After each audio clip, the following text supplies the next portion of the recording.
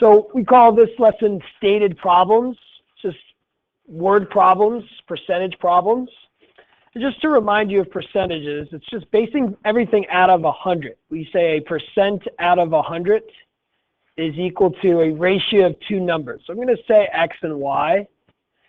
X is typically the smaller number of the two.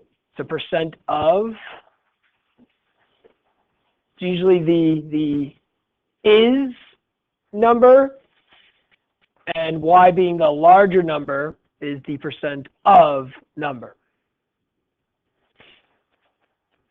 Now, the percent, this is a number, it's not a decimal, but when you divide something by 100, it turns into a percentage as a decimal, like 67% is equivalent to 0.67. Okay, the percentage symbol just means it's a fraction out of 100. So if we have this thought of as a decimal of the ratio of two numbers, we can kind of manipulate this however we'd want to. I can multiply Y by both sides.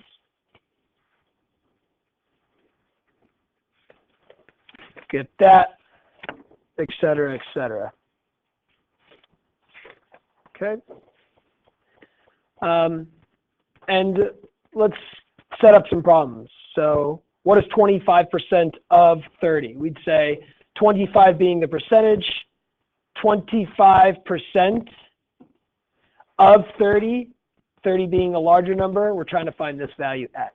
You can think of it like this, tackle it like that. You can think of 25% as the decimal. You have the decimal. It's the packet of notes from last class. Do you need another packet? I don't have mine with me, but I can still. Gotcha. Okay. We can convert that 25 over 100 into a decimal. We could have started here to solve for X. X is being divided by 30. You can multiply. You could also have, X is equal to your larger value times your decimal. So I just need 30 times 0.25. And I will find out what 25% of 30 is. Time to use your calculator. You can multiply 30 and 25. I can break out 0.25. Break out my calculator if I needed to. And we'd get 7.5. Thank you. Okay, 25% of 30, 7.25. 15 is 20% of what? 15 is 20% of what? So 20%. 15 is 20% of what? This is when we have our is number, our smaller number. We're trying to find the bigger number. That 20% of is 15. And again, we could turn this into a decimal. You could say 20%. We could start right here. And how can we solve this? Well, I could have started maybe by multiplying by Y and having this Y times 0.20 or 0.20 times Y. Let me just slide that over a little bit.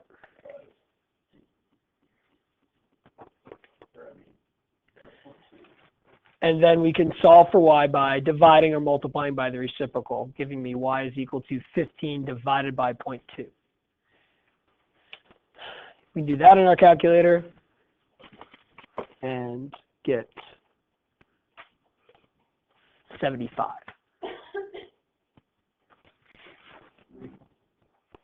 Final 130 is what percent of 110?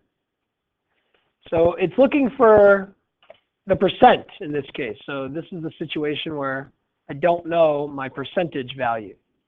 We can think of it as percent over 100 is equal to the is over the of, or we can think about just our decimal in a percentage form equals 30 over 100. There's nothing to solve here. We just need to take 30 and divide it by 110. And we get 0.2727 repeated.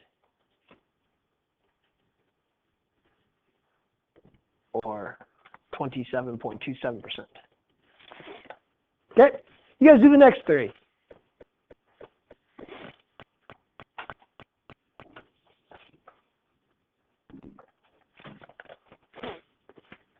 and check your answers with a neighbor.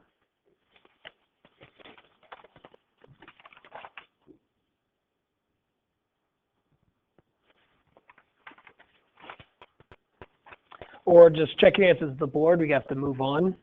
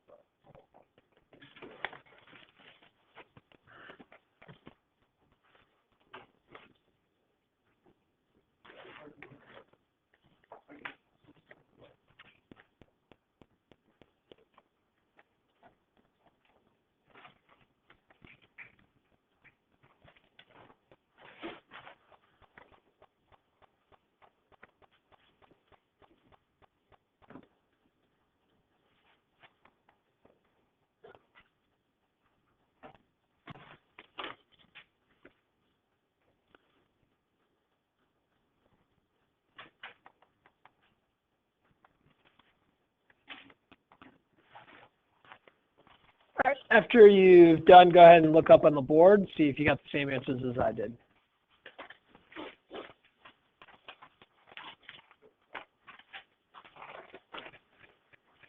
Do you have to do all the work that I do? No. As long as you kind of understand where it comes from. Okay, those are kind of like stated equations. You had to put the numbers in the right spots. You have to understand which number you're looking for, the larger or the smaller, depending on the percentage you're looking for. These are a little bit more obvious stated equations. Okay, the sum of a number x and 7 is 14. If English is not your first language, I can see how this is, difficult.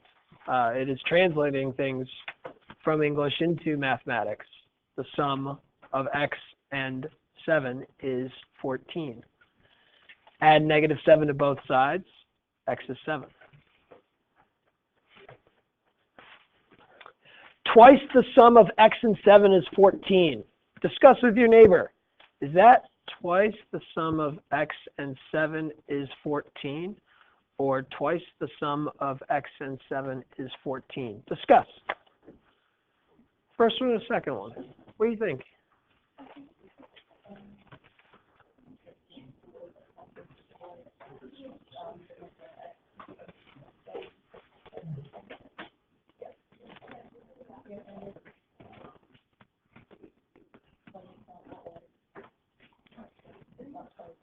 It's really tricky how you can word things, but this would be the sum of 7 and twice x is 14, or twice x plus the number 7 is 14. This is twice the sum of x and 7 is 14. So the second one is correct. We can then, now watch what I do here, guys.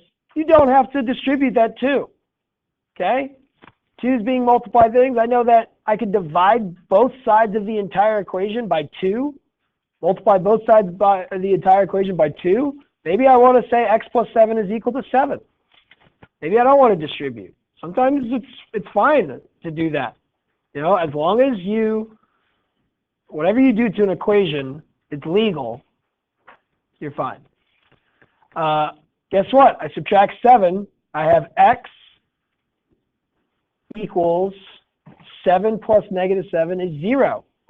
I have a solution x that could be 0. That's totally fine as well. If you distributed, you'd end up with 2x equals 0.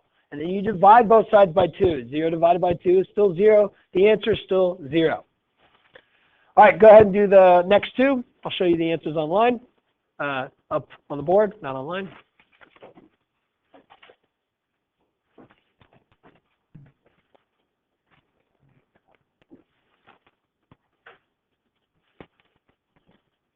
Ends at 38.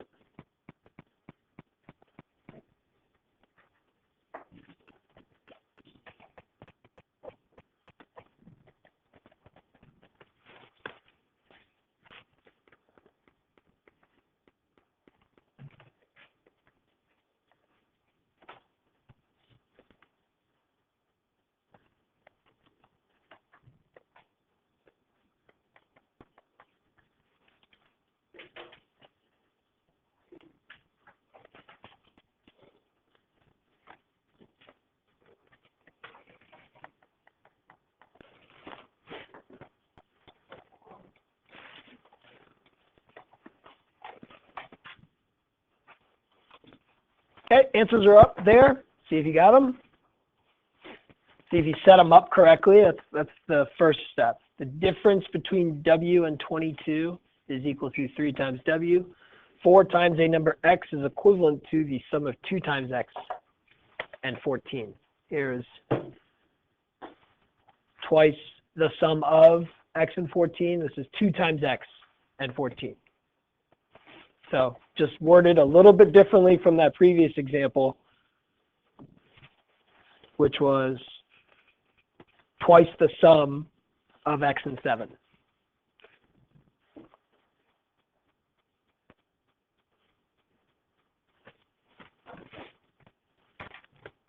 Okay. 80% of a number is equivalent to the sum of the number and 5. Okay, so 80% of a number. You can think of this as the decimal times 80% of the number, or you could say 80% of a number.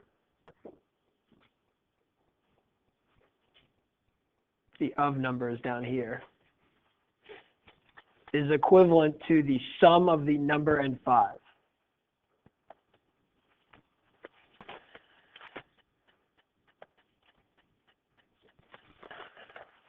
This is a little bit trickier depending on how you set it up. You know, this is one way to do it. This is the other way to do it. This is 80% of is the number and the sum of the number and 5. This is kind of simplified, so you've already multiplied by y. But you end up with 0.8y is equal to y plus 5. I'm going to either subtract 1y or subtract 0.8y's. I'll subtract 1.8 minus 1y is negative 0.2y. Divide by negative 0.2, and we get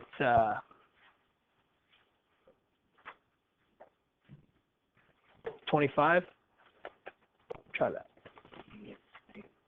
Negative 25, yeah.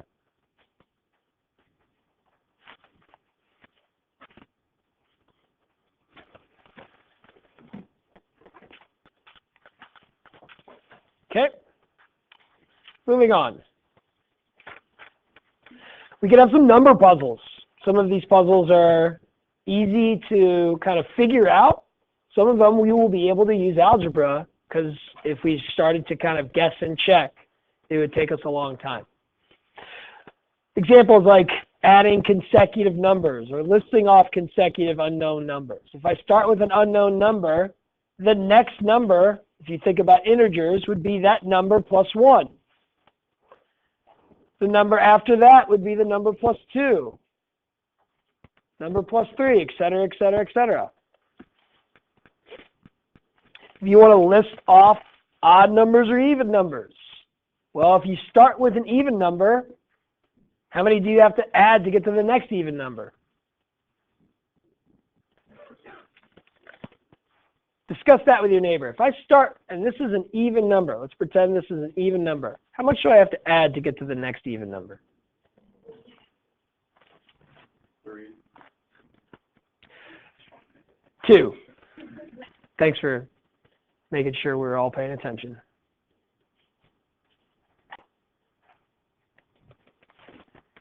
Okay, so here's a couple number puzzles. A number is twice the other number, and the sum of the two is 24. What are the numbers? So we have a number, and a number is twice the other number. And the sum of them is 24. What are the two numbers?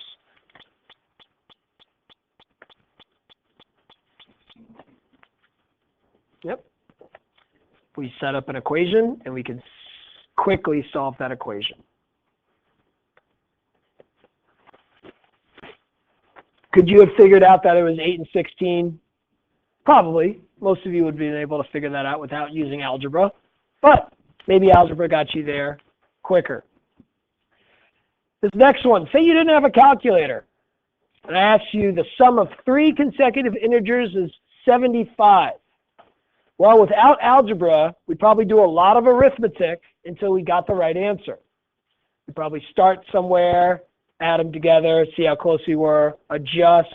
It might take us some time if we did this without the use of algebra. But instead, if we think about 3 consecutive numbers, 1, the next number, the next number. Those are 3 consecutive numbers. And if we add them together, and that sum is 75, is this going to help us out? Yeah, this will make things a lot easier on us. X plus x is 3x. 1 plus 2 is 3. I can subtract 3 from both sides. I get 3x is equal to 72. Divide both sides by 3 or multiply by 1/3. We get x is 24. Is that our answer? No, it's our starting point though. It's our first number. So what are the 3 numbers? Must be 24, 25, and 26. Thank you, algebra. That could have taken us a while without the use of a calculator. Okay, the next question is very similar. We actually get the answers are 24, 26, and 28. 3 consecutive even numbers, that's x, x plus 2, x plus 4. And I'm going to skip this so that we can get to the rest. Okay? We get x is 24 after we do the work.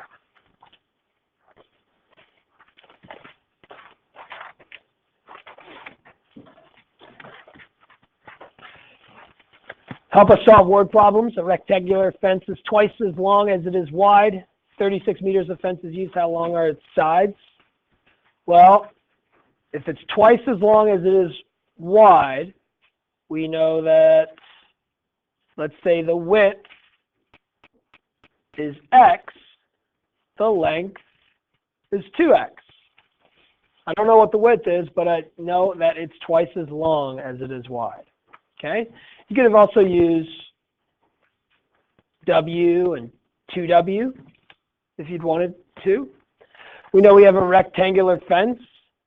36 meters of fence is used. That means that's the perimeter of the rectangle. We can list off the length and the width as x's and 2x's. And we can set up an equation to solve this problem that you might be able to figure out yourself, but maybe algebra helps you do it a little quicker.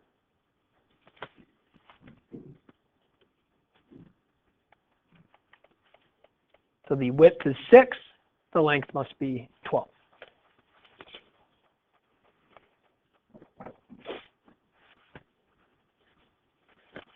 All right, moving on into the next type of stated problem is a weighted average. I want to make sure we know how to calculate our grade based on percentages that each category is worth. Okay? So, what is a weighted average? Well, assuming that our weights add up to 100%. So these are all percentages or decimals between 0 and 1. Then a weighted average is your first weight times the number assigned to the weight.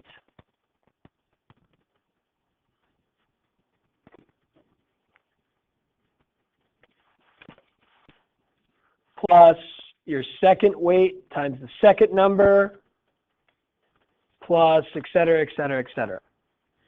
You do all those calculations, and you're going to get your weighted average. We use weighted averages in your calculations of your grade. Okay? 60% of your grade is from your major category, your tests. 40% is from your quizzes.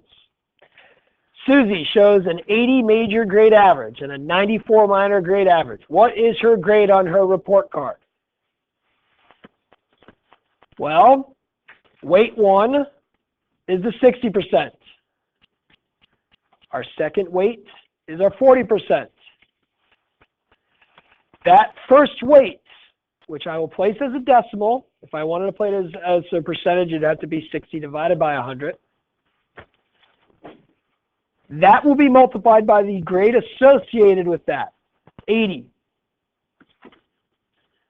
I will add the second weight, the minor category, and the number associated with that.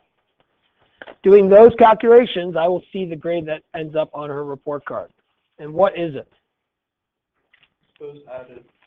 I don't know what it is. So who has a calculator? You tell me what is it?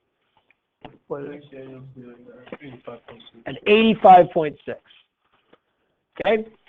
When you see the 86 up on your screen, that's where it comes from.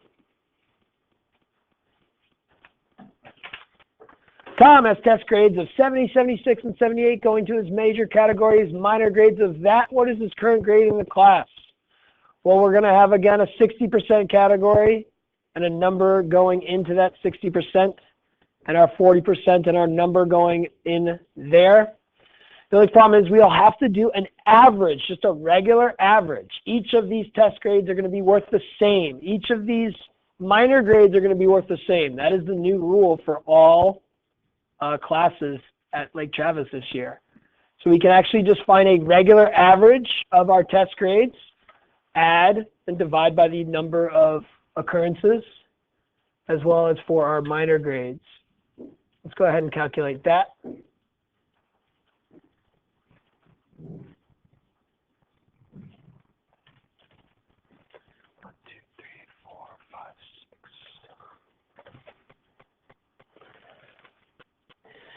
You're going to have some decimals that you're going to have to use. If you have one of my graphing calculators, it's easy to recall those numbers. I did the math and I got a 79.46, which I'm not sure if your grade system turns this into a 79.5 and then turns it into an 80. Does anybody know that? Anybody do the research on where the averaging stops? Do they stop at this decimal place and then say, oh, you got a 79? Or do they average these two numbers, that goes up, or do they round these, round the 4 because of the 6, that goes up, and then because that goes up, that goes there? That's actually something I'd have to look up. It would be nice, but I think it just stops there. You think it stops after the first decimal place? Yeah, I don't think they're going to round it. I'm sure some of my, yeah, but we always look at a 0.5 and we never look at if there's more decimals. So I'm sure some of my students in the past, I had a student who was a sophomore in BC Calculus last year who had hundreds in every single class. And she knew exactly how many points she needed on each quiz so that she could maintain 100 average because she knew the decimals and everything. She's now in college as a junior in high school. Here we go. Let's get to one more. This one is similar. Amira knows she can get a 70. We'll skip this one, go to the last one. Semester exams count for 10% of your semester grade. If John received an 88 for the first 9 weeks, 87 for the second 9 weeks, what does he have to get for his final to bring his grade up to an even 90? This is a great question. It seems like it's doable. Hold on a second. Just want to do it really quick. An 88 for the first 9 weeks, the 45% goes there. 87 for the second 9 weeks, the 87 goes there. 10% for the final grade. We have an equation. After combining these numbers and subtracting it from 90, you get 0.1x is equal to 112 is equal to 11.25, which means when you divide by 0.1, John needs to get 112.5 on his final to bring up his first 9 weeks average of an 88 and his second 9 weeks average of an 87 up to a 90. Which shows you that your semester exams don't mean much if you can barely change an 88 and an 87 to a 90.